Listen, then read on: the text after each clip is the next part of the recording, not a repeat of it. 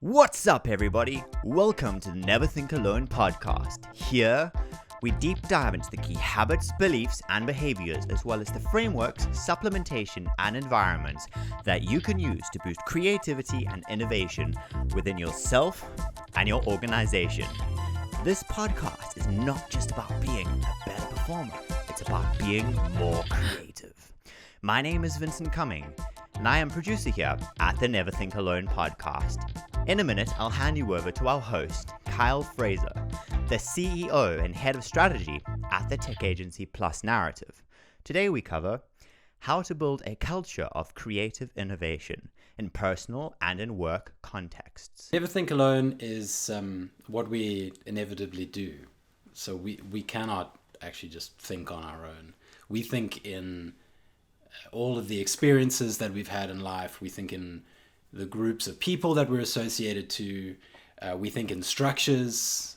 We think even in the way we augment our own selves. And we'll obviously define that in a little bit more detail. But truthfully, we never think alone, or as it is. And so never think alone is less of an instruction and more of a reality. It is just what it is. What we are going to talk about through this sort of journey of creative innovation is how you can intentionally never think alone. So right now you're doing it inevitably anyway, but there are ways that you can design the right frameworks for thinking. There are ways that you can think intentionally, and there are also ways in which you can go through the phases of thinking, the phases of creativity intentionally. So when we speak about things like divergent thinking, to diverge in your thinking, to be very broad, to kind of widen the aperture, and we speak of convergent thinking, so to narrow the focus, to get very specific, to make decisions. You can be intentional with those phases of thinking and with those phases of decision making. So yes, we never think alone, but this podcast, this sort of video content is going to be about how you can intentionally design the right frameworks for yourself to never think alone.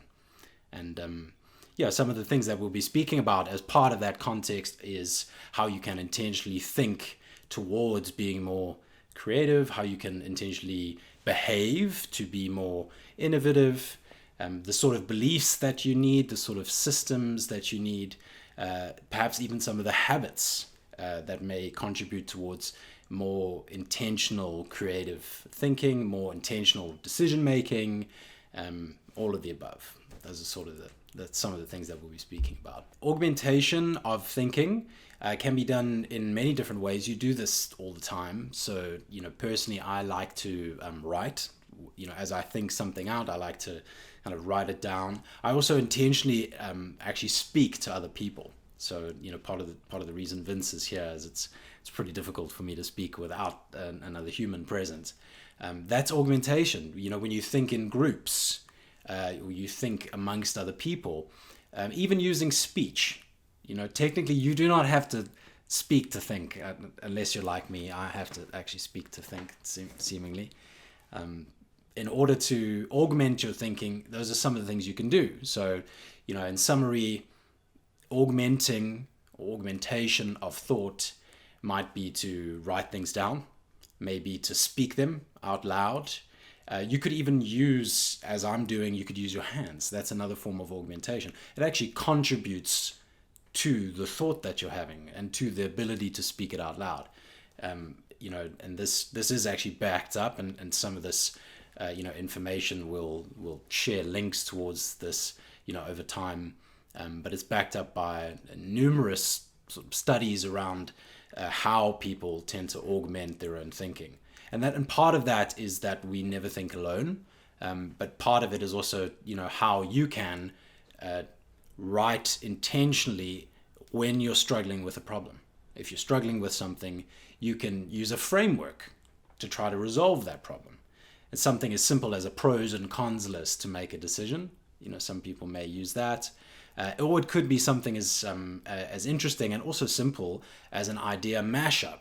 So you could write down a list of ideas, and you could write down a list of totally counterintuitive ideas and mash them up together, and you can get some interesting stuff out of that. So when you're solving a problem or you're trying to come up with a creative solution for something, that's one of the ways that you could augment your own thought, your own creativity.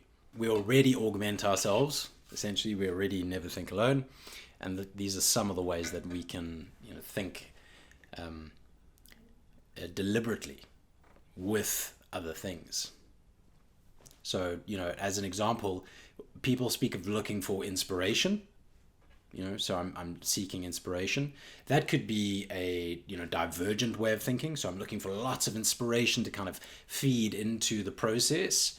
But it also could be quite simply, you're looking to augment the thinking that you've already got. You may already have some sort of intentional creative output. So if we speak very specifically, let's say you're trying to come up with a creative business idea, or you're trying to come up with a creative idea for a piece of content, you could go out and look at everybody else who's come up with those sort of ideas, and that could be deemed as inspiration. You could look at things that are either within or outside of the field. That could be deemed as inspiration. Or you could inspire thought. So you could breathe life, inspire thought by intentionally trying to look to frameworks, as an example, to try to come up with the inspiration. A lot of people tend to hit their head against the wall until they've come up with an idea or come up with a solution for something. But very often it's about having the right sort of structure. Very often it's just being in the right state of mind. All of these things are a form, to me, I know it's not the technical term, but they're a form of augmentation of that thought. You don't have to come up with it all in isolation. You don't have to just sit and struggle with it or ruminate on thinking. There are ways that you could be inspired, and there are ways that you can, as an example, you can get into a flow state to try to think of something, to try to solve something. And that's another, to me, it's another way of augmenting the usual thinking process. You're just kind of slotting in to another way of thinking, another way of doing, another way of behaving. And so that all of those things are, you can be intentional about it, you can be deliberate about that sort of practice. Yeah, hopefully we can dig into these in way more detail, so we can make it like really specific. That's the intention behind this, is to, outline them step by step. This is what you can intentionally do. For now, we'll just touch on them kind of superficially and then go into way more detail. So a culture of creative innovation is when you essentially, you can do a lot of things to help yourself think through a problem. It's relatively difficult to change the behaviors and beliefs of other people. So if you want to scale yourself into an organization, or if you want to scale rather than yourself, that may be problematic. I don't know how many me's I want in an organization, but if you want to scale creative thinking in an organization, there are ways to instill certain beliefs and behaviors in that organization to nudge the beliefs and behaviors. That could be a behavioral intervention, which speaks to behavioral science. Or it may just simply be the right sort of rituals that you introduce to an organization, to a group of people. Culture in itself is essentially what people think and do. I have a friend of mine who says that culture is the stories we tell each other to survive. And if you can go beyond just surviving, if you can make that culture a survival, more than a survival mechanism, if you can make it the sort of environment, even if it's a business environment, it doesn't have to be necessarily a group of artists doing it just for the sake of the art. They could actually be trying to make a living while doing it. You can create a set of beliefs and behaviors as an organization. There are certain beliefs and behaviors that can drive and promote more creative thinking. And some of those things I've learned, along my sort of path within business, within running an organization. And And some things like encouraging, you'll hear this a lot from a lot of different organizations, but encouraging collaboration as an example. When you want divergent thinking, you want more than one type of thought. You don't want one narrow group of people coming up with the same stuff. So you want diversity of thought. And that's one of the ways you may get that sort of divergent thinking. You have a group of people who don't necessarily think the same way. And you want them to collaborate in certain ways. They're good ways of collaborating and potentially, harmful ways of collaborating. You want them to exhibit the sort of behavior like getting tangible with something, making something. We encourage this a lot at Plus Narrative. We encourage people to make something. So show, don't tell.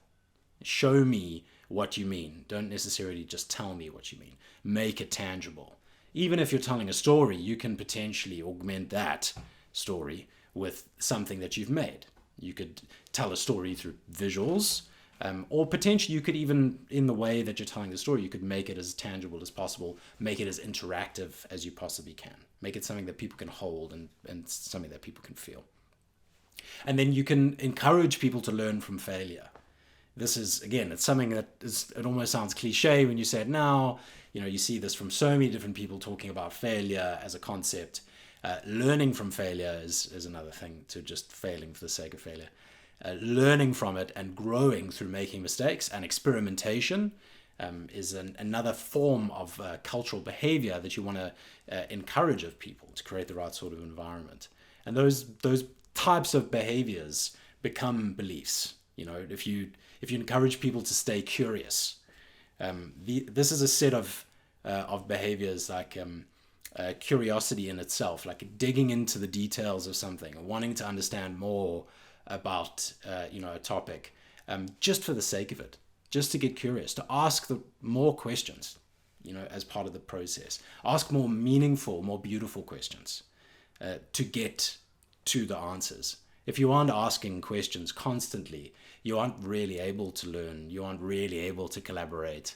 So it's kind of an anchoring behavior.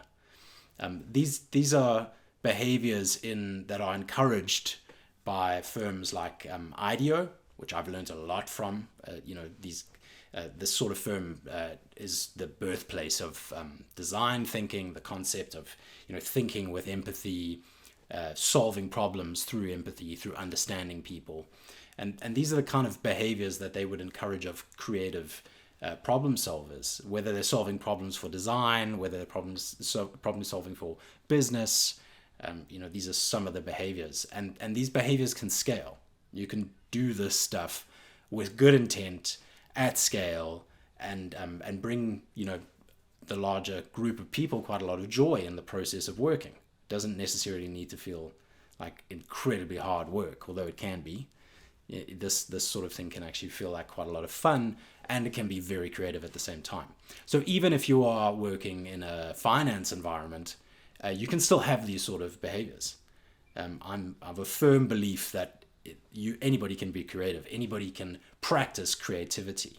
You don't necessarily need to be in an environment in which you are designing or you're practicing fine art. You don't have to be in that sort of environment to exhibit creativity, to feel every single day like you're being creative. That's what creative problem solving can be. And then some of the beliefs, we've spoken about the actions or the behaviors that people can take on a day-to-day basis, or behaviors that they can show, because that's really the key, is showing one another. That's how you build up a culture, through what you're doing, essentially. The actions, that you take every single day. Some of the beliefs that Audio has also spoken to is feeling inspired, feeling like you, on a day-to-day basis, have some sort of, you feel energized by the work that you're doing, by the other people who are around you. You feel inspired to do that work. More beliefs like taking ownership. This is something that we encourage constantly of people. So, you have ownership over what you do. This is not me telling you or asking you to do something. This is you actually really wanting to do it.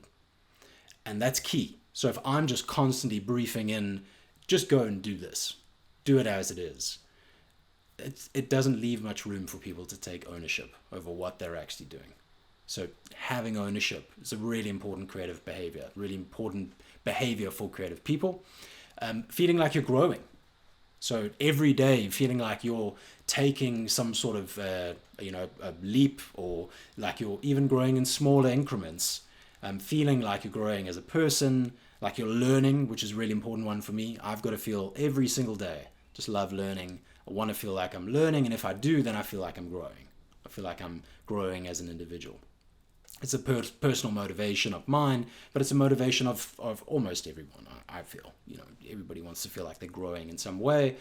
You want to feel like your team has your back, like the people around you are looking after you. They care for you, they care for the environment in which you're in, they care for the problems that you're solving, your contribution. They're contributing to the same things, and they're looking out for you. That you don't feel like you're working in isolation, or that people are working against you.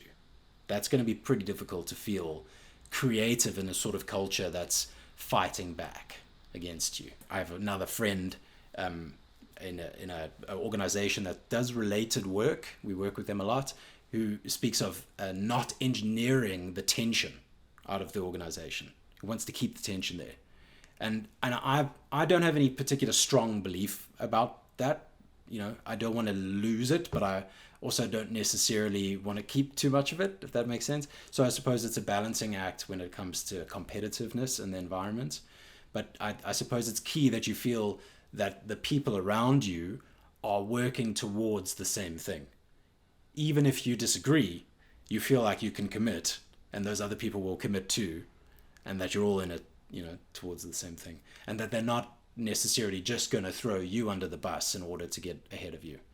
It would be, in my mind, it would be pretty hard for me to feel creative if it felt like everybody else, was working against me. I suppose I could come up with some creative ways to get around that. And then I don't, I don't necessarily always feel this myself, this particular belief, that the next belief. I always feel like people have got my back, but the next belief is feeling like you don't necessarily have to get it right every single time. I don't always necessarily feel this, even as a creative person. I feel like, this time better get this right. And I feel that, constantly, at least. And I think that sort of anxiety is quite normal.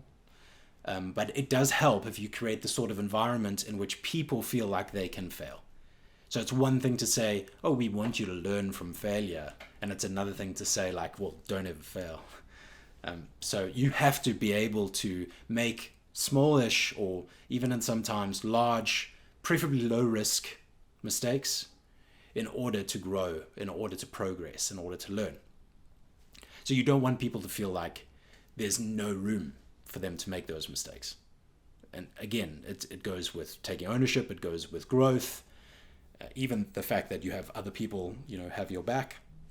All of these beliefs are intertwined. They don't really operate in isolation.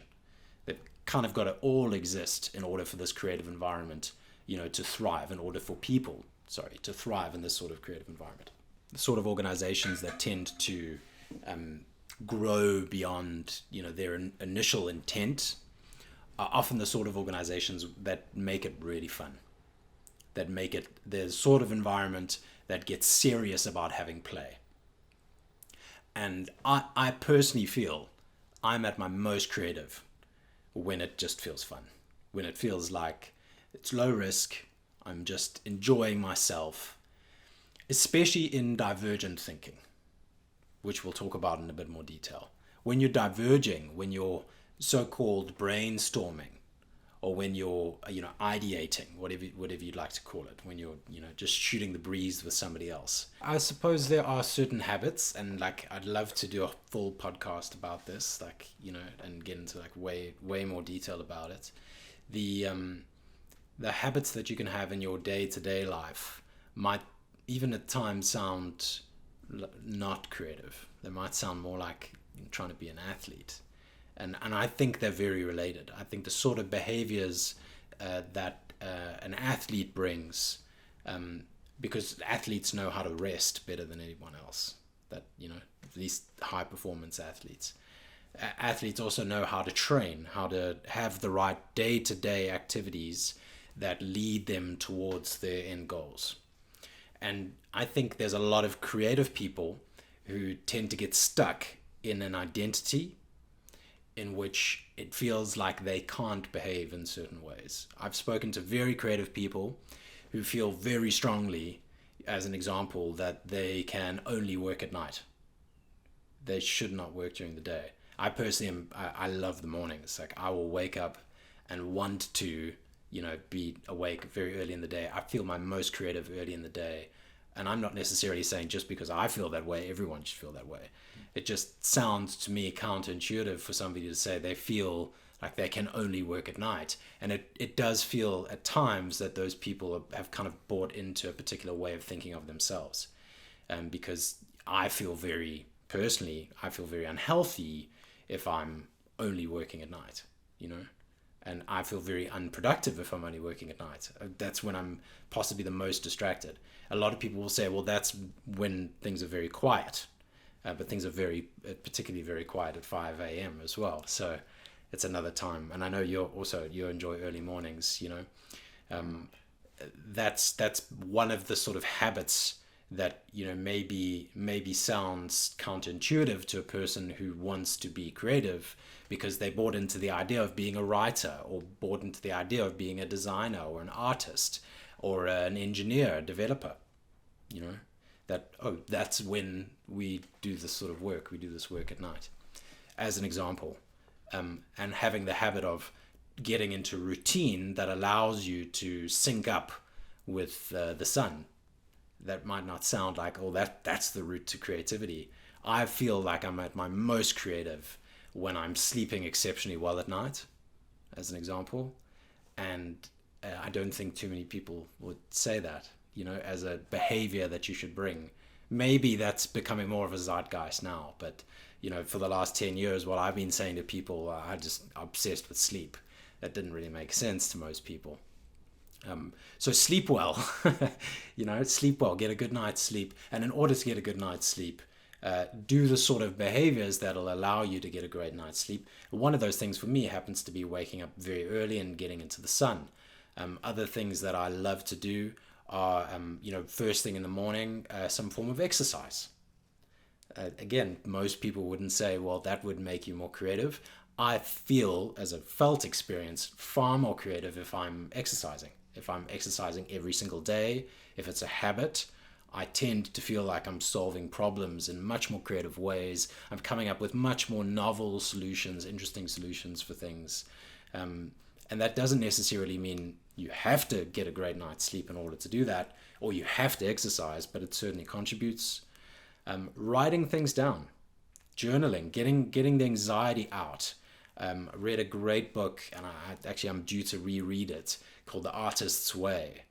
And I want to say it's Julia Cameron. And we may have to just fact check that as to who wrote it. Brilliant book.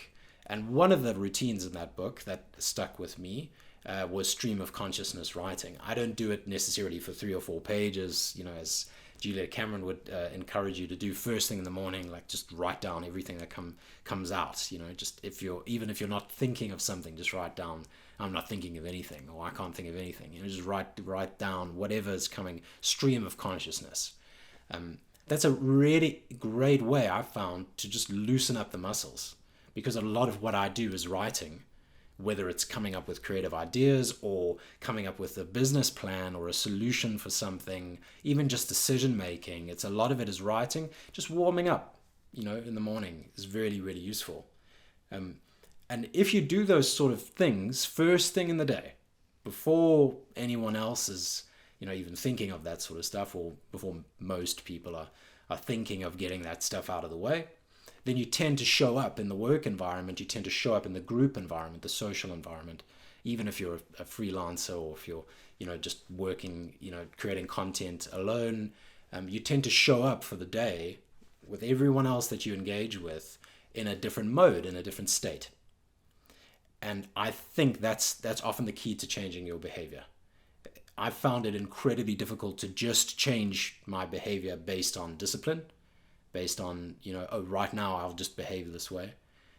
It's again, it sounds like I'm saying it's easy. It's not necessarily easy to do any of what I've just said. But the challenge comes, with a really good positive reward. And the positive reward is if you change your state, you can much more easily change your behavior. And that behavior tends to reinforce. It tends to become, a bit more of a reward loop. Do that first thing in the day, show up for the day, feel more creative, feel more switched on, feel more engaged, feel more focused, able to, converse, able to engage with other people, and then, exit that day feeling like you've achieved something. And there's a reward loop. And if you do that, consistently, that tends to compound. It tends to really build up over time. I wouldn't say I've gotten that right every day, for the last 15 years. But, the more often I get it right, the better I feel as an outcome. So those are some of the habits that I'd love to break down in even more minute detail that do tend to contribute towards, being part of a creative environment or contributing in yourself, to feel like you're more creative. Identity can change behavior, much faster than most other things. When you buy into an identity group, you tend to behave the way that the group behaves. It's like a hack, for the mind. Really easy when you're fatigued by decisions in life to go, well, what does an artist do? An artist does this, so therefore I do this. I'm not picking on artists here, but not intentionally. What do this particular group of people do? Oh, they behave like this, so therefore this is what I'll do. As an example, I might say, well, I'm an entrepreneur. And so entrepreneurs behave in this particular way. They do this sort of thing, And sometimes that can lead to limiting beliefs. Not always, but sometimes that can lead to, because I'm this sort of person, this is the way that I must behave. This is the framework that I've designed around myself because people like me do things like this. And it is still a system for decision making. It is technically still a system. Identity is still part of a way to, hack that decision making framework, or it's a heuristic, like a shortcut, in other words, to get to a particular outcome or decision, but it may not be intentional. It may not be as deliberate. So as an example, I might say, well, entrepreneurs behave in this particular way. They do things like this, and it may be good or bad for me, but I might not be cognizant of that. I might not be aware that that's the outcome. I might not just might not be mindful of that. That's what the outcome could be. The only thing I would encourage is just be mindful of, if you're in a particular mindset where you're listening to some of the stuff that I've said or somebody else, and it sounds like, well, that could be healthy, that could make me feel better.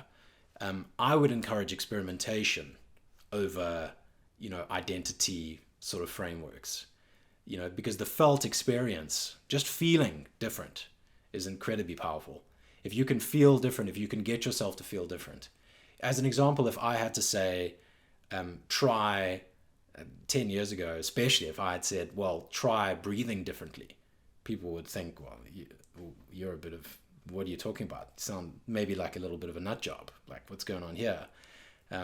Now it's become way more common to speak of that. Like, oh, okay, there's, guys like Wim Hof, speaking about particular ways of cyclic breathing, particular ways of deep breaths and then holding your breath, for a period of time, essentially hyperventilating to the point where you're, totally flooded with oxygen, and then like breathing everything out and just holding that breath. That's become, quite common amongst all sorts of walks of life. But a few years ago, if you had said something like that could change your state, there's all sorts of interesting data around how good it is for you now, or, how good it is and how it can actually activate your parasympathetic nervous system, all sorts of biological reasons to do something like that. But without getting into the detail of it, if I had said to somebody who fit a particular identity group, well, try this, they may have said, well, there's no way that I could try that. That sounds crazy. Or people like me don't do things like that. That doesn't sound right. Other identity groups might have felt like, well, that's exactly what I'm looking for. That sounds great. As an example. So keep an open mind and experiment with things that feel like they could actually make a difference. And preferably do it in a safe environment too. It might sound like a terrible public service announcement, but you want to make sure that you're doing it in a way that's as low risk as possible. In that sort of way you can learn, and you can learn through even some mistakes that you may make. You may discover habits that just aren't good for you. They just do not feel right for you, and that's fine.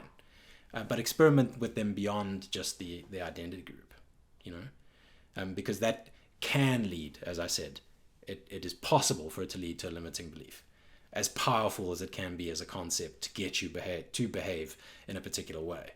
And one of the fastest ways to hack your set of behaviors, or your set of beliefs, is to go, well, how would future me, who's part of this group of people, behave? If this group of people behaves this way, then that's what I should do. One of the things I ask myself is, how would a healthy person do this? So not necessarily a massive identity group, but instead of saying to myself, well, how would an athlete eat, or how would an athlete exercise? I don't necessarily need to be part of that very high performing group. I just say to myself, well, how would a healthy person do that? And it's a looser boundary, but it's still an identity group. And that's the identity group that I try to be a part of. So I research things that are healthy. And that, then leads to preferably better behaviors, than worse. Well, let's get back to the creative output, right, as an example. So if you're wanting to look for useful behaviors, they should lead you somewhere. There's a concept, and I want to say it was Aristotle. Again, I might have to fact check this. I think it was Aristotle who said, "We are what we repeatedly do." I doubt he said it like that, but I'm fairly certain that people have paraphrased that for long enough for that to become Aristotle now. We are what we repeatedly do essentially means your habits contribute and stack towards your actual identity, towards you as a person. So if you're wanting to identify negative habits, imagine how they would stack. Imagine how they would compound. And imagine what the output could potentially be. So get to the creative output again. If you want to be a more creative person, if there are certain habits that you have that dull your creativity, that make you feel like you could be less productive as a creative person, if that's important to you, if productivity is important, it's important to me. Or makes you feel like you're unable to come up with more novel ideas or concepts, those are the sort of habits you want to try to avoid. I personally want to be a healthy person at the same time. So I want to be able to keep the right habits in place that would stack up over time, that would compound on themselves and get me to the point where I'm still healthy, still feeling like I have great creative output every single day, still feeling like I'm able to be productive and also still feeling healthy. So I've got an end state in mind. And I want to feel energized. That's really important to me. That's how I would start to define healthy, because we haven't actually defined that as a concept yet. What does it mean to be healthy? To me, it means to feel, like you've got good levels of energy to do the things that you want to be able to do. I want to be able to go on a hike and not feel like, well, there's no way I could do that. I want to be able to run in the morning, first thing in the day, and then in the afternoon, I want to be able to, take my daughter for a walk and not feel like I'm unable to do both those things.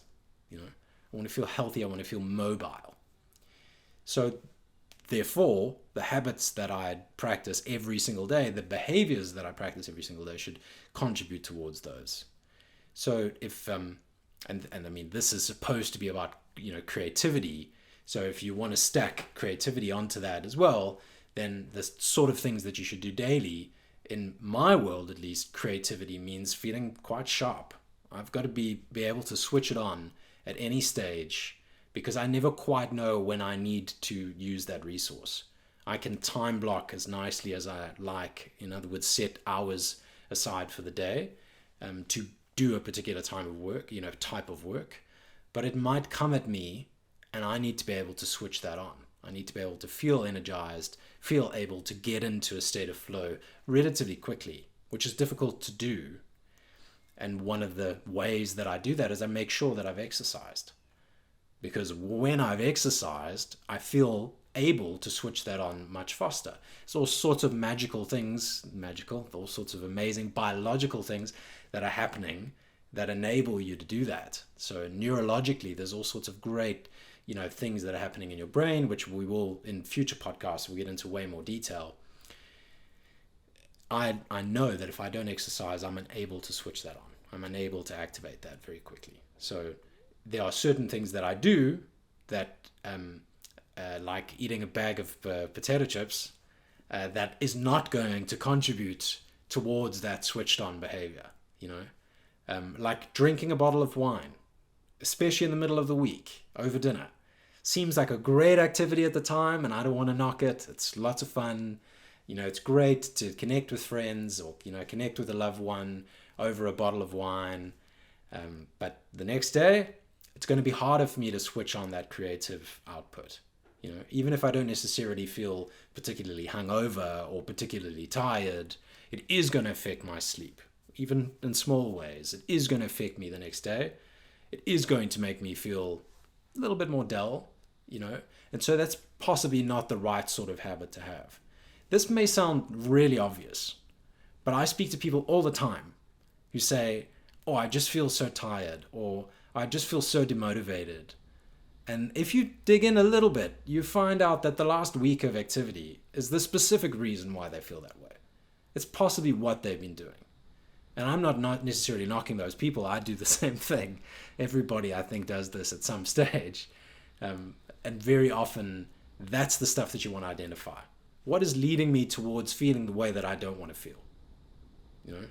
And if you want to feel creative, there are certain things that you can do. There's certain things you can do every single day that will help to ignite that creativity, to make you feel more creative, to make you feel more confident, because often it's a big part of it. It's just the confidence to be able to have that sort of creative output that you're looking for.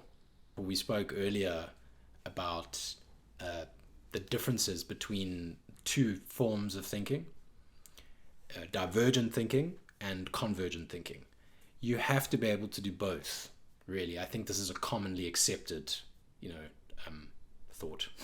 Commonly accepted way of thinking about creativity is divergent thinking and convergent thinking happening perhaps even in isolated environments, preferably, I would say. So let's just define them again for clarity, and then go into like what the environment might look like. How could you design the environment for that particular way of thinking? So divergent thinking, in essence, is to broaden the aperture, widen the angle of the lens. So going very broad. Divergent thinking is associated with many ideas. So when somebody says to you, write down 100 ideas, just write them down. That's divergent thinking. Exposing yourself to different forms of inspiration may lead to more divergent thinking, more novel thinking in the long run. Once you've gotten past a certain number of ideas, as you start to add on ideas, something interesting happens. You may think that it gets worse and worse and worse as you start adding on more and more ideas. And at some point, I'm sure there is actually a drop-off. But for the most part, the more you write down ideas, occasionally there may be some real gems, within that mix. So I associate divergent thinking with thinking as big and as broad as possible. And I like to lead a process with divergent thinking. So let's say you have a brief, or you've got a problem to solve, or you even have a piece of video content that you need to produce. You've got a business objective that you want to try to achieve. A way of kicking off the divergent thinking process is to try to identify the sort of questions to ask as early as possible. Start with questions. Start with questions that will lead to broad answers, to wide answers, not yes or no answers, open-ended questions. And then as you progress, what you'll find is you get more and more information, you get more and more data.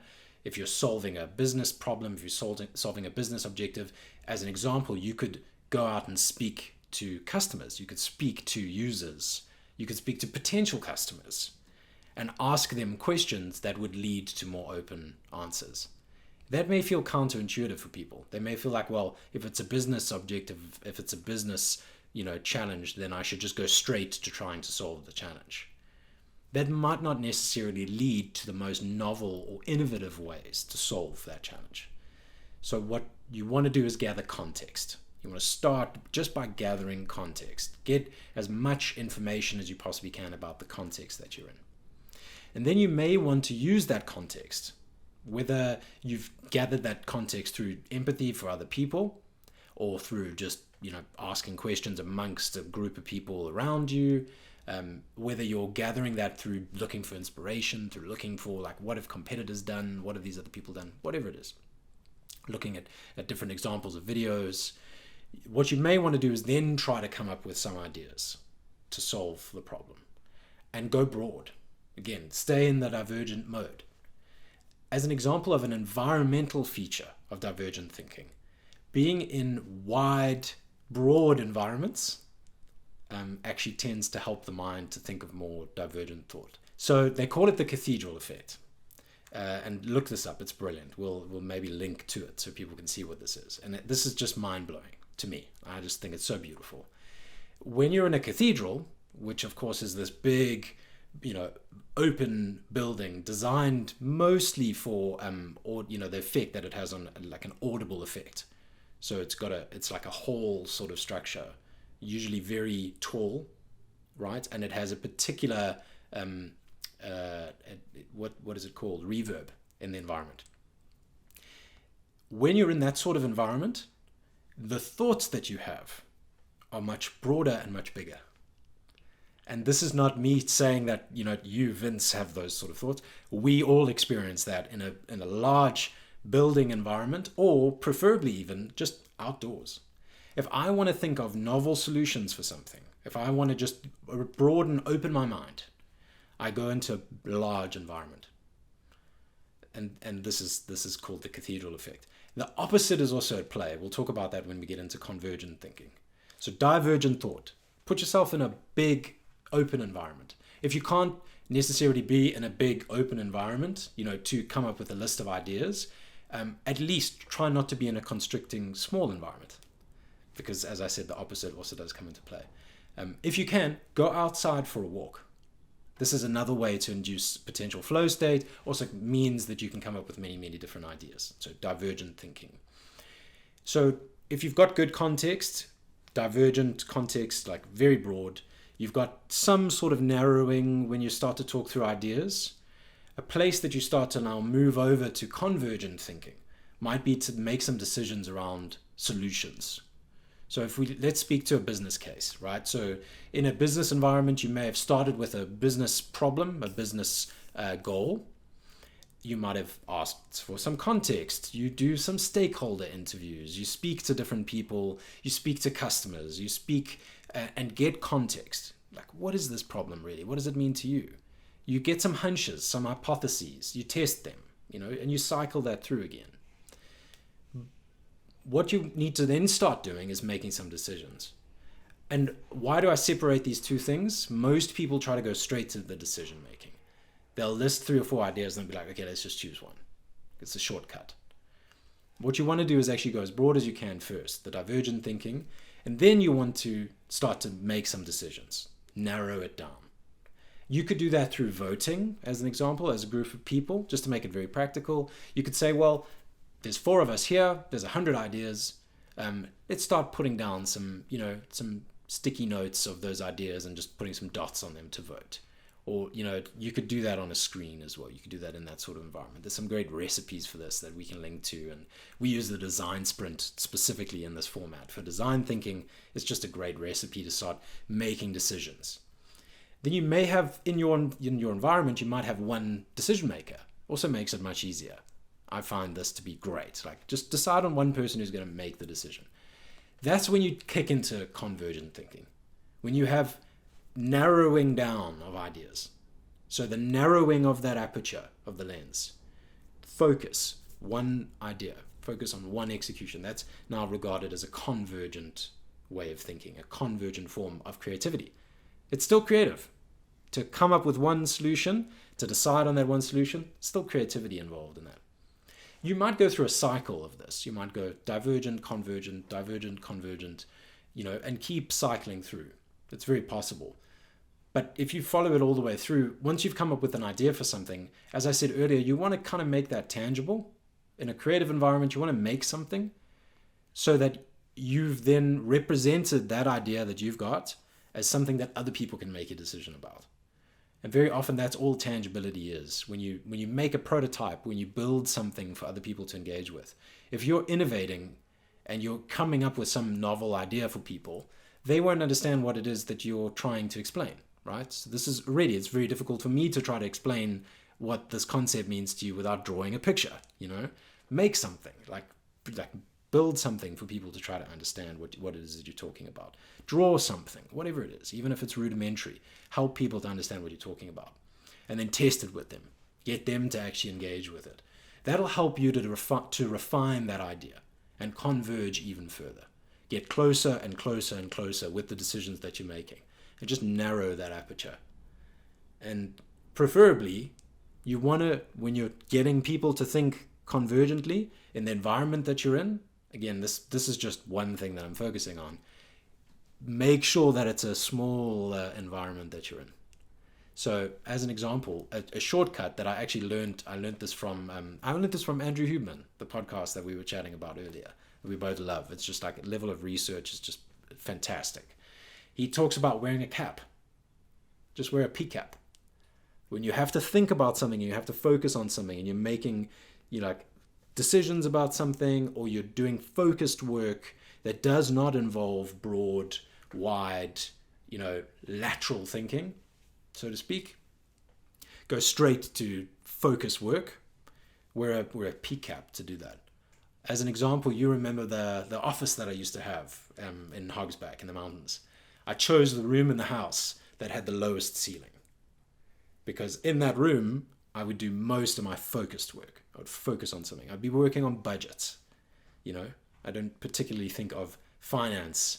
I'm sure there are creative ways that you can deal with finance, but I didn't at the time.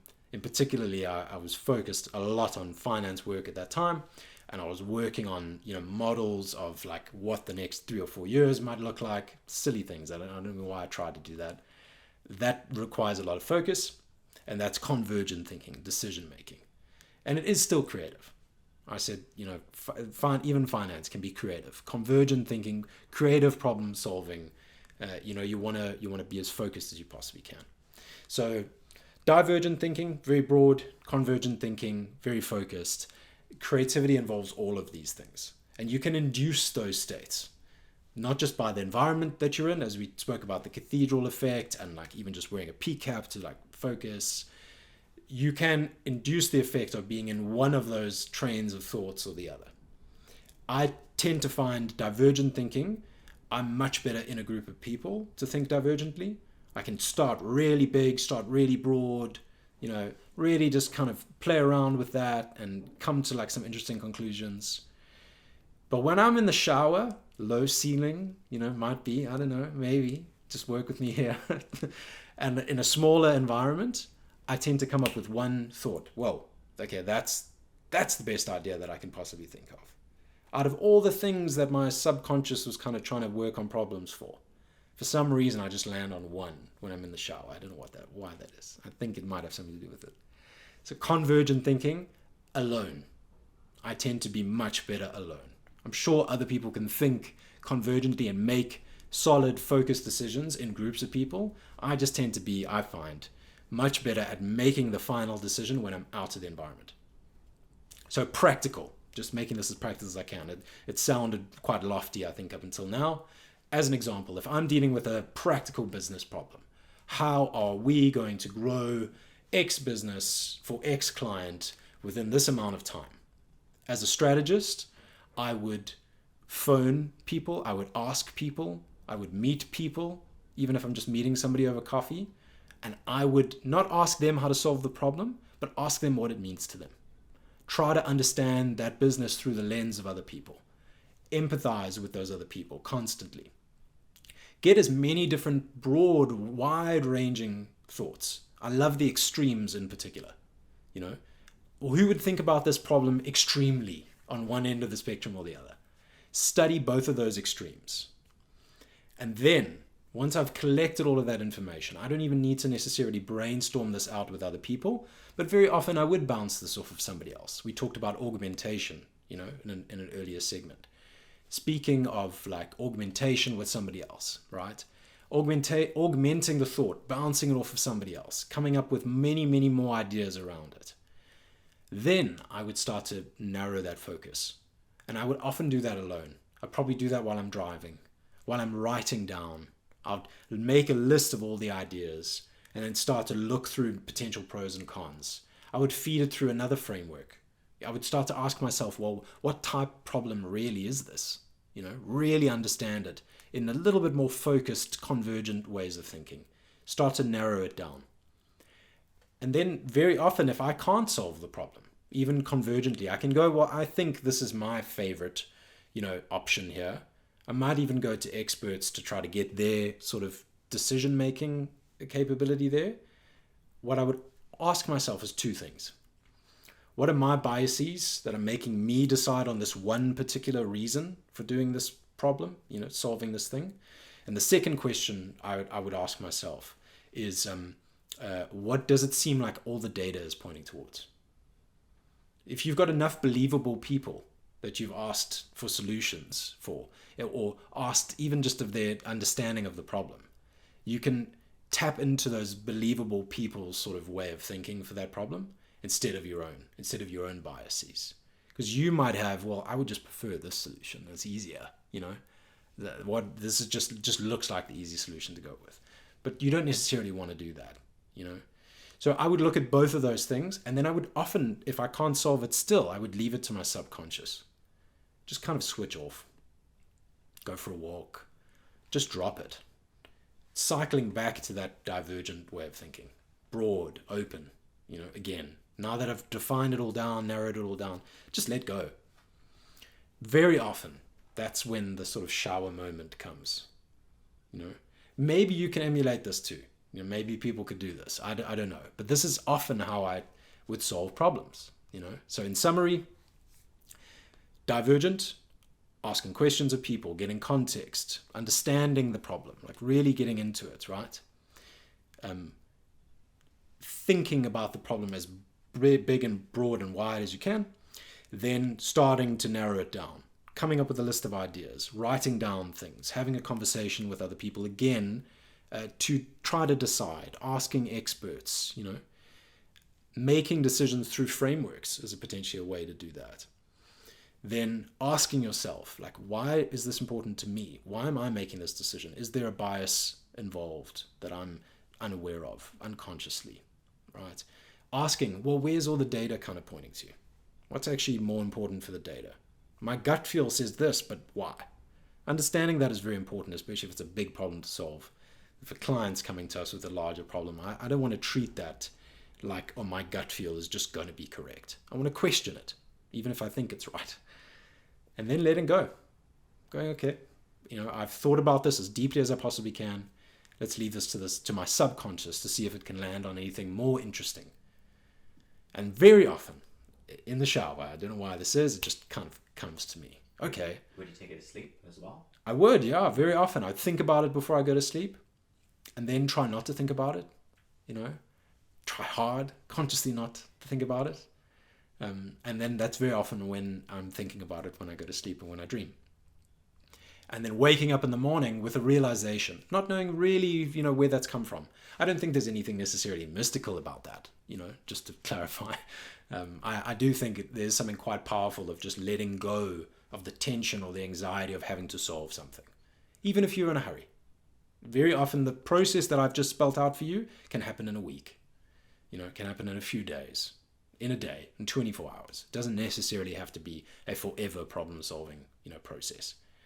But it is one of the intentional ways you can go about solving something, where you aren't just hitting your head against the screen.